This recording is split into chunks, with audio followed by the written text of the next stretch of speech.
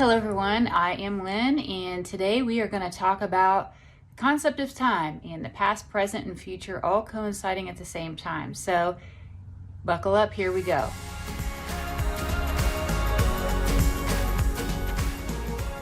Okay, so the question that was sent to me, it says, "Good morning, Lynn. I have a question for you about time and sequence. I've heard from many sources that time is an illusion and the past, present, and future are all happening right now. And now is really the only moment that exists, that we have just agreed to experience time in a sequential way for fun.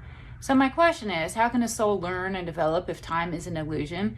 If there is no before and after, isn't time the thing that allows things to change? Is our spiritual learning and development also an illusion? Since souls are born as tiny undeveloped spark or a consciousness unit, does it already contain all the future experiences that we have agreed to forget and pretend that we're growing and changing? Thank you." So this person's trying to understand time. Does it inhibit our spiritual growth? Because if everything exists all at once and it's already happened, how does that impact our growing? So on a spiritual plane, the past, present, and future, they do all coincide. I've seen that before, and it's a big concept to try to understand. I realize that.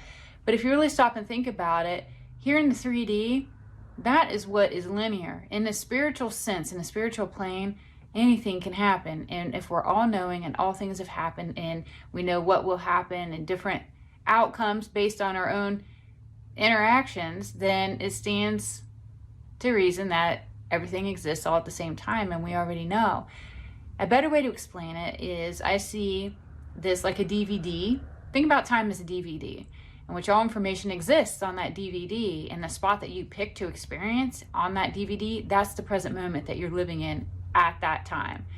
In the 3D experience, we're bound by a physical body. So that's the key to this. The body ages, so we go through an experience of being born, aging, and then we die.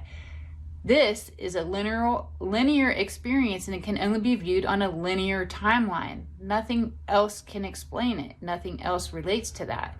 For that reason, we experience a sequential time in the 3D earthly experience. It isn't for fun. It's not just a joke or a game, but it's much deeper than that. It's about learning through this earthly perspective. And for us to ascend, for us to advance and evolve, we have to do all things, experience all things. And this is just part of the lesson. So it's needed, it's necessary. You can't just skip that type of experience. We still learn because everything we do and the way that we react, it imprints on our DNA. Free will is always at play, so each situation just adds to what's already and will already happen. There are so many different timelines out there that can play out, and we experience and even create new ones all the time. There are so many permutations of this life, every timeline, every situation, every response to a situation. I mean, honestly, it's infinite. So we are learning. Even though past, present, future have already existed, you can change it, you can alter it, you can live a different version of it. It doesn't mean that once it's done, that's it. It's not like that.